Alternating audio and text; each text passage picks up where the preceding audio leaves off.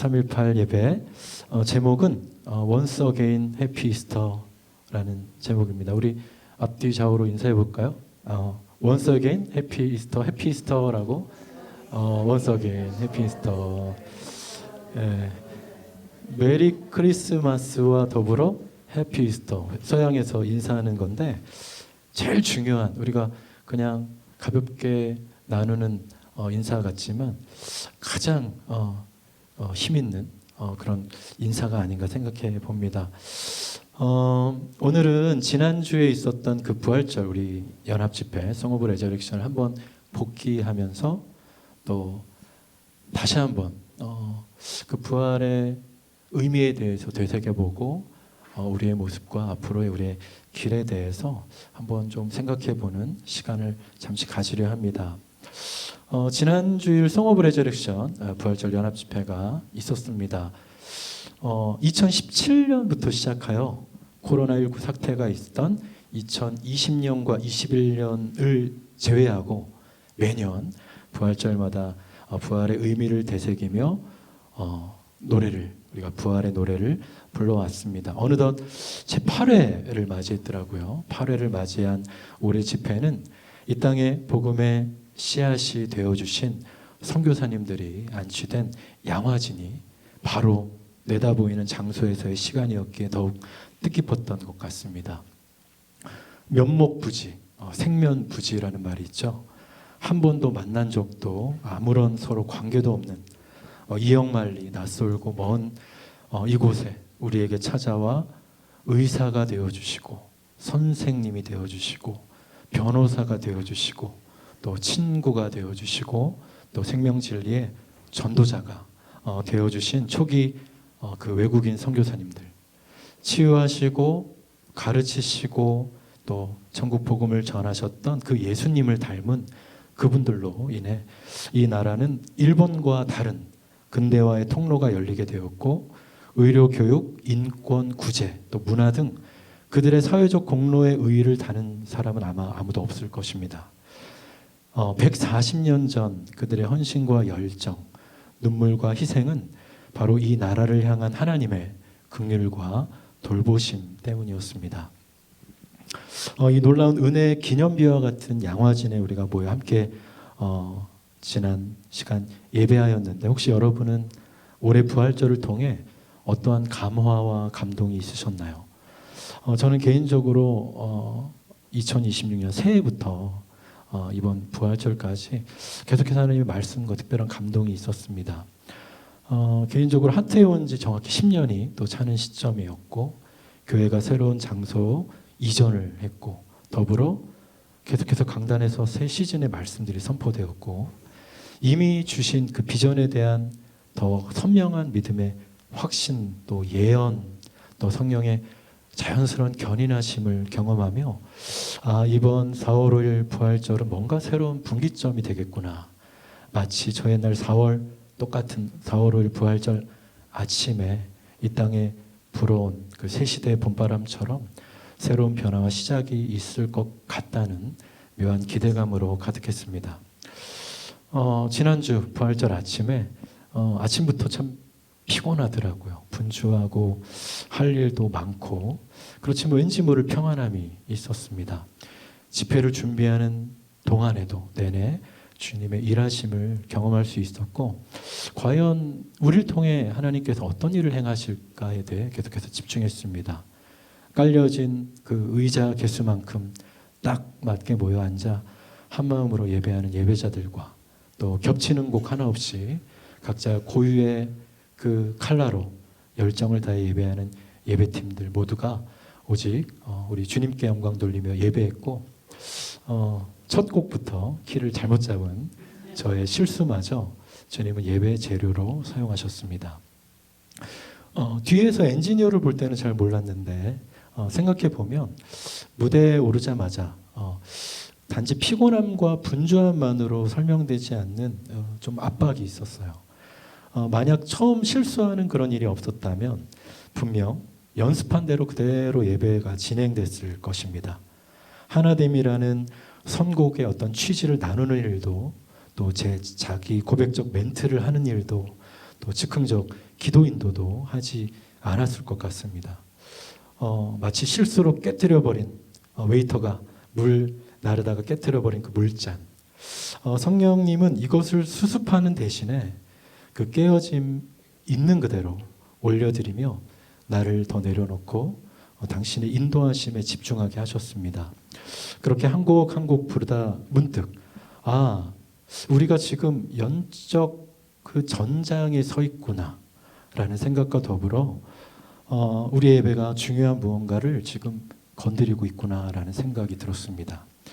깨어지고 마치 길을 잃은 것 같던 예배는 성령의 인도하심 가운데 오히려 중요한 어떤 숨겨진 보석을 발견하듯 깊은 차원으로 이어졌고, 그 시간 우리가 마땅히 드려야 할 고백과 또 중보적 예배가 드려질 수 있었습니다. 예배 후에 어린양교회 진희경 목사님께서 오시더니 사실 이번 부활절을 앞두고 주님 그날 4월 5일 그날에 노래할 사람들을 보내주세요 라고 기도하고 있었는데 마침 하트에서 딱 연락이 왔다고 하시면서 오늘 저 양화진 선교사님들이 그토록 듣고 싶어 하시던 기도와 찬양이 남김없이 모두 불려졌던 것 같다라고 감사와 격려의 간증을 또 나눠주셨습니다. 그리고 집에 돌아오자마자 씻으려고 화장실 들어갔는데 갑자기 번쩍이는 번개와 또 천둥 소리까지. 저는 양화진에서의 예배가 right time, right place, right person의 특별한 시간이었음을 다시 한번 확인할 수 있었습니다. 1885년 4월 5일 그 부활절 아침, 인천 재물포항을 통해 첫 발을 내디뎠던 그 파란 눈의 20대 젊은 외국인들, 과연 이들이 조선사에 엄청난 영향력을 줄 것이라 그 누가 생각했을까요? 그날 이 땅에 오셨던 그 최초의 파송 선교사이자 또 한국 선교의 문을 활짝 열며 한국 선교 개척에 앞장서셨던 분 중에 한 분, 대표적인 한 분, 언더우드 선교사님에 대해 이 시간 잠시 나누려 합니다. 호레이스 그랜트 언더우드.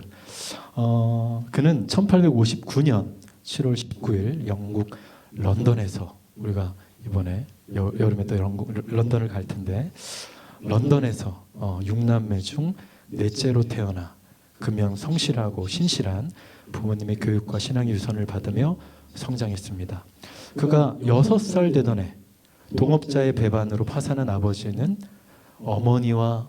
자신의 어머니와 또 아내와 자녀까지 잃는 큰 시련을 한꺼번에 당하게 되었고, 미국 이민의 꿈을 품게 되었습니다. 그리고 언더우드가 12살이 되던 해 미국으로 마침내 건너가게 됩니다. 뉴저지 뉴햄더에 정착한 언더우드의 가족들은 다시 잉크 공장을 차려서 점차 자리를 잡아갔고, 네덜란드계 개혁교회인 그로브 개혁교회에 등록하여 신앙생활을 이어갔습니다. 공장 일에 매달리던 다른 식구들과 달리 언더우드는 공부를 하여 뉴욕 대학에 입학할 수 있었고, 뉴욕까지 매일같이 무려 11km를 도보로 날마다 통학하며 밤 자정까지 공부하고 새벽 5시에 일어나는 특유의 근면성을 발휘했다고 합니다. 그러던 중 신앙의 유산을 물려준 아버지와의 안타까운 사별을 그는 경험하기도 합니다. 1881년 대학을 졸업한 언더우드는 그의 가을 곧바로 네덜란드 개혁교회가 설립한 뉴저지주의 뉴브런즈윅 신학교회에 입학하였고, 사역을 겸하면서 점차 선교사의 비전을 품게 됩니다. 1884년 공부를 마치고 목사 안수를 받은 그는 뉴욕 한 교회의 협동 목사로 지내며 선교 활동을 위해 의학 공부를 또 준비합니다. 이때 익힌 지식으로 그는 한국에 들어와 실제 많은 사람들을 치료해 주었고, 재중원의 약재사로 들어가 학생들에게 물리와 화학 등을 가르칠 수 있었습니다. 그렇게 세계 선교, 특별히 인도 선교를 준비하던 그가 조선에 들어오게 되기까지는 하나님의 특별한 섭리가 있었습니다.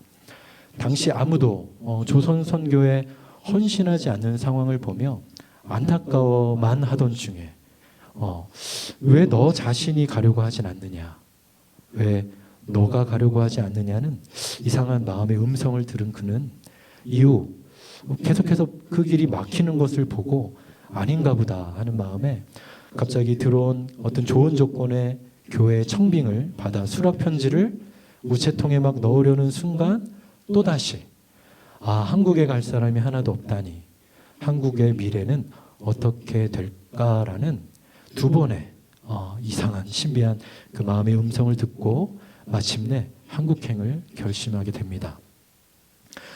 한국행을 결단하고 준비하는 이 당시 25세 언더우드에게 약혼녀가 있었는데, 약혼녀는 한국에 대해 가서 무엇을 할 거냐, 어떻게 살 거냐, 이렇게 현실적인 걸 하나하나 물었고, 언더우드는 I don't know 계속 하다가 그저 내가 아는 한 가지는 그곳에 하나님을 모르는 1000만 명 이상의 생명이 있다는 것뿐이야 라는 대답과 함께 파혼당하게 됩니다. 그의 여름, 고향 영국에 잠시 들른 그는 마침 친척이자 목사였던 에드워드 존스에게 한국에 대해 자세히 어떤 이야기를 듣게 되었고, 이때 1866년 우리나라 최초의 순교자 토마스 목사님의 그 순교 사건에 대해서도 전해 듣게 됩니다. 그럼에도 다시 미국으로 돌아온 그는 마침내 결단을 하고 생명까지 아끼지 않는 그 의연한 걸음으로 조선을 향한 배에 오르게 됩니다. 1885년 1월 25일 갑신정변으로 불안했던 조선 정치 상황에 의해 우선 일본으로 요코하마에 도착한 언더우드는 한국어, 언어를 준비하며 당시 일본의 망명에 있던 개화파 인사들과도 우리가 잘 아는 감리교 선교사 아펜젤러 등 중요 인물들을 이때 만나게 됩니다. 그리고 이때 이수정을 만나 약 2개월간 한글을 배웠고 그가 번역한 마가전 복음서를 들고 한국에 입국하게 됩니다. 당시 조선은 아직 기독교가 공인되지 않은 상황이었기에 언더우드는 목사나 선교사라는 타이틀로 공공연히 활동할 수 없었고, 1년 먼저 입국해 있던 의료 선교사 알렌이 세웠던 한국 최초의 서양식 국립 의료기관인 이 제중원의 교사로 먼저 활동하기 시작합니다. 광해원에서 명칭이 바뀐 제중원은 1904년 세브란스 병원으로 개칭, 또 초기 한국 선교 활동에 매우 중요한 역할을 감당하였습니다. 서울에 상경하자마자 언더우드는 본격적으로 선교 활동을 시작합니다. 1887년 9월 27일 정동 자택 이 사랑방에서 14명의 조선인들과 함께 예배를 하였는데, 이것이 한국 최초의 조직교회, 채문안교회의 시작이 되었습니다. 또 그는 1880년대 후반 3번의 전도 여행을 통해 평양을 중심으로 기독교가 확산되는 데 결정적 영향을 주기도 하였습니다. 사진, 이게 어떤 사진인 것 같아요? 선교 여행 중인데 가마를 타고 댕기죠. 심지어 그는 고종 황제의 주례로 의료 선교사였던 홀턴과 결혼한 뒤 신혼여행조차 전도여행으로 삼았습니다. 그들 부부는 1200km 이상을 다니며 약 600명 이상을 치료하였고, 당시 조선의 정치적 상황과 종교의 자유가 보장되지 않는 위험한 환경으로 인해 33명을 이끌고 압록강을 건너 중국 만주로 넘어가 세례를 주기도 하였습니다. 그는 개신교 최초로 세례를 베푼 선교사이기도 하였습니다. 이 언더우드의 선교적 열정은 멈출 줄 몰랐습니다. 그는 아펜젤로와 함께 이수정이 번역한 성경들을 재번역하기 시작하였고 입국 초부터 지속적으로 단어를 수집하고 체계적으로 정리하여 영한사전과 한영사전을 편찬하며 한글 성경 번역의 중심 인물로 활동했습니다. 이분들이 성경번역위원회 중요한 인물들 가운데 분이 왼쪽에서 두 번째 분이 언더우드이십니다. 그리고 그는 서양식 그는 입국한 지 불과 수년 만에 저수를 준비하였고 또 서양식 5선 악보로 기록된 국내 최초의 서양 노래집이자 개신교 최초의 이 찬송가집 찬양가를 편찬하였고 또 소요리 문답을 번역하였고 전도지와 간추린 기독교 교리서 등을 저술하였습니다. 또 그는 교회 구역마다 초등학교를 설립하였고 미국 공사관을 통해 정부 승인을 얻어 고아원을 지었는데 이는 언더우드 학당, 또 예수교 학당, 민노아 학당, 경신학교, 연희전문학교 등의 여러 과정을 거치며 1957년 세브란스 의학교와 함께 현재 연세대 대학교 연대의 그 명문사학으로 이어지게 되었습니다. 이후 출산한 아내의 건강 문제로 인해 잠시 미국으로 돌아간 그는 안식년 기간에도 강연을 하고 신학교 방문을 하며 후배 선교사들에게 한국으로 와서 도와달라, 한국을 함께 우리가 섬기자라고 결정적 그 역할을 하였고 그의 영향으로 실제 많은 선교사님들이 한국에 오게 되었습니다. 다시 한국에 돌아온 뒤에도 그는 신약 요 사진은 아직이에요. 요 사진은 아니에요. 다시 한국에 돌아온 뒤에도 그는 신약 성경 왕관에 힘쓰며 콜레라 퇴치 운동, 또 신문 발행, YMCA 조직 등을 하였고 일제 교육령에 의해서 교육자들은 반드시 일본어를 익혀야 된다는 그런 이상한 교육령 때문에 일본에서 하루 9시간씩 일본어를 익히기도 했습니다. 이러한 강행군 가운데 언더우드는 1916년 4월 그가 31년 전 조선에 처음 입국했던 그 4월 그 비슷할 그 날쯤 요양차 또 후원 모집차 미국으로 건너갔다가 이미 온몸에 번져 있던 큰 병으로 인해 그의 10월 12일 사랑하는 하나님 아버지의 품에 안기게 됩니다. 이게 그 장례식 모습입니다. 개화기 그 풍전등화 같던 조선에 찾아와 조선인보다 더 조선을 사랑했던 언더우드. 하나님 나라 복음 전파와 사회적 또 참여뿐 아니라 명성황후 시해와 또 양민학살 등 일제의 만행을 전 세계에 알렸고 또 아관파천의 고종이 유일하게 신뢰했던 외국인 선교사.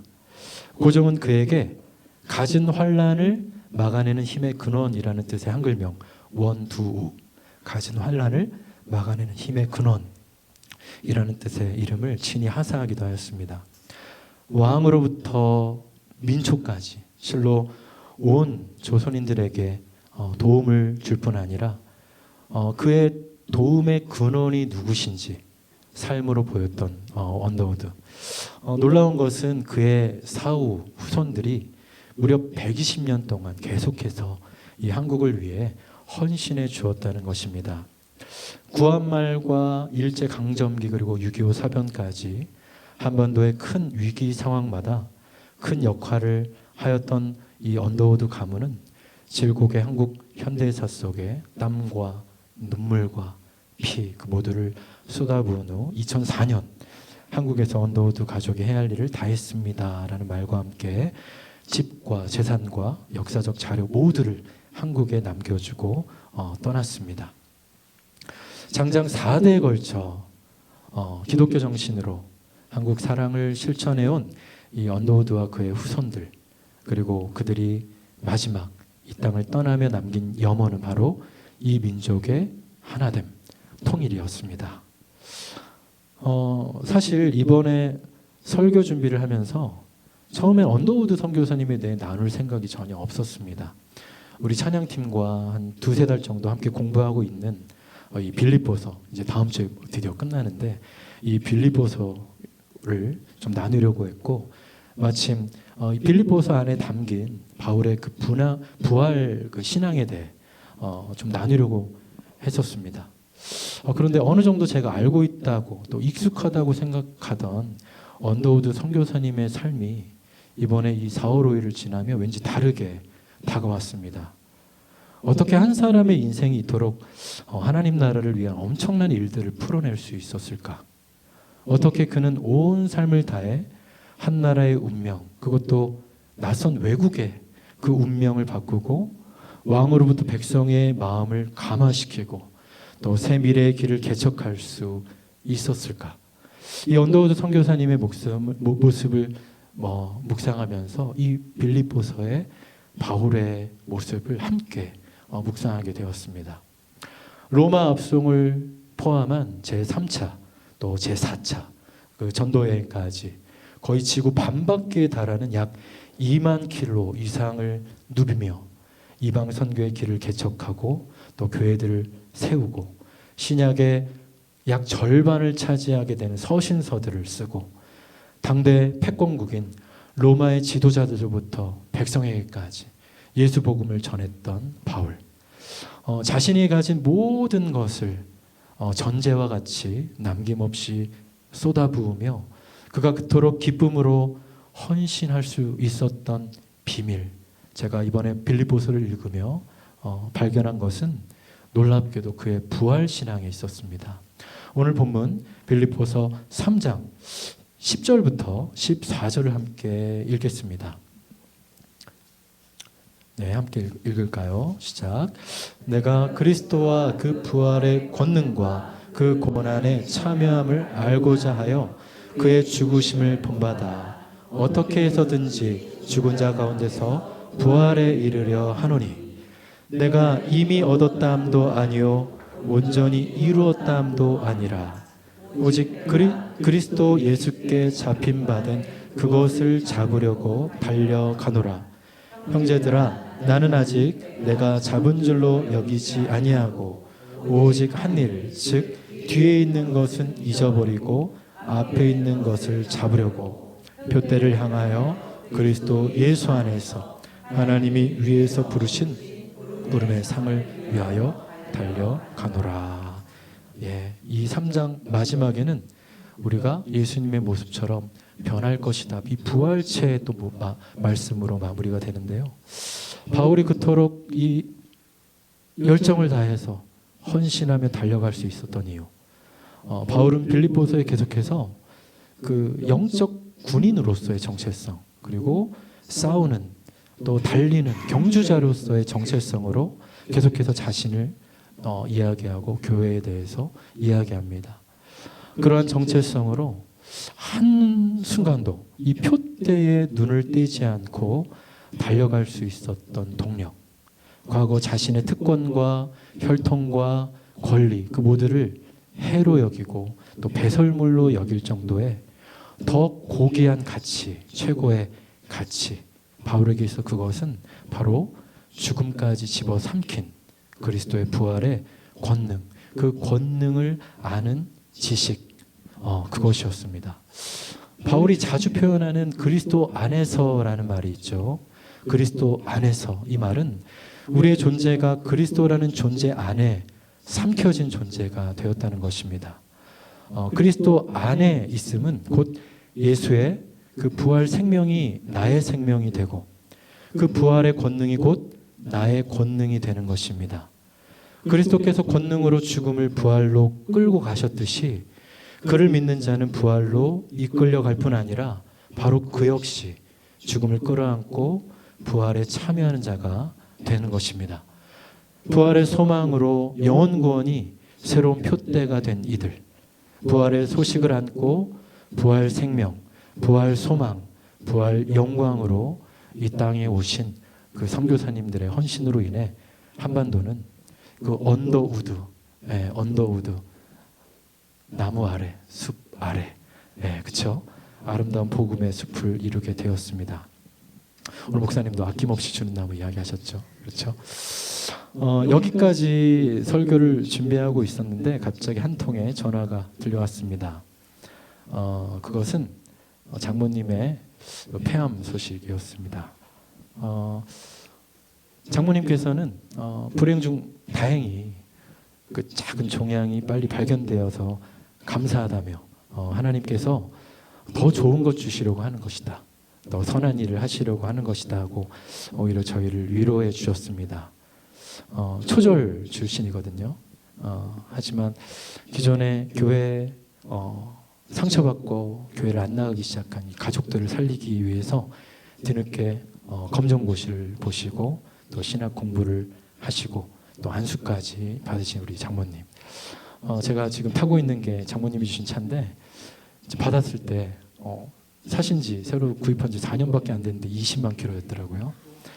20만 킬로를 주행하실 정도로 부지런히 전국 다니시면서 복음을 전하시고 또 평일이든 명절이든 가족들이 다 모인 그 상황에도 딱 저녁 몇 시가 되면 교회 가세요. 정해진 시간이 되면 어떤 일이 있어도 그 기도의 단을 지키시는 우리 장모님. 한때 대형교회 전도왕이셨고 지금도 시장이든 뭐 가게든 또 교도소든 심지어 입원하신 병실에서도 늘 한쪽에 성경을 펴놓고 또 예수님 복음을 전하시며 계명하신 그 당신의 이름처럼 사랑의 삶을 베풀고 나누시고 또 섬기시는 존경하는 우리 어머님의 삶을 보면서 또 이 표대를 향해 달려가는 바울과 또 언더우드의 모습이 또한 비춰졌습니다. 또 아침에 우리 목사님 말씀하신 것처럼 영원한 가치를 향해 자기 목숨까지 던지는 것은 바보 같은 일이 아니다라고 말했던 그 창끝이라는 소설의 그 주인공 짐 엘리엇 이야기도 또 아침에 들으면서 이렇게 2000년 전 바울, 140년 전 언더우드, 그리고 오늘을 살아가는 이 장모님 같은 또 여러 무명의 그 헌신자들과 또 선교사님들과 복음 전환자들, 모두 시대도 상황도 부르심도 다 다르지만 모두 하나님께 붙들려 한 방향, 바로 표대를 향해 달려가는 인생이 아닌가 생각해 봅니다. 이들이 달려가는 방향, 바로 그 중심에는 부활이 있습니다. 그들의 상은 사랑하는 예수 그리스도, 그분 자체였고, 그들의 면류관은 저 천국에서의 어떠한 것이 아니라 바로 이 땅에서 땀과 눈물과 피로 세운 주의 몸된 그 교회였습니다. 이것이 우리 새로운 시즌에 우리가 삼아야 할 새로운 표대가 되길 소망합니다. 하나님은 지금도 이 시대의 언더우드를 찾고 계십니다. 저 북녘과 열방에 또 복음 전할 바울을 찾고 계십니다. 이것은 자격이나 또 능력이나 완벽한 조건과 또 준비가 필요한 것이 아닙니다. 무엇보다 모든 고난과 또 두려움과 죽음마저 삼키시고 이기시고 부활하사 지금 내 삶의 현장에 함께 하시는 그 살아계신 예수 그리스도를 향한 믿음이 필요한 것입니다.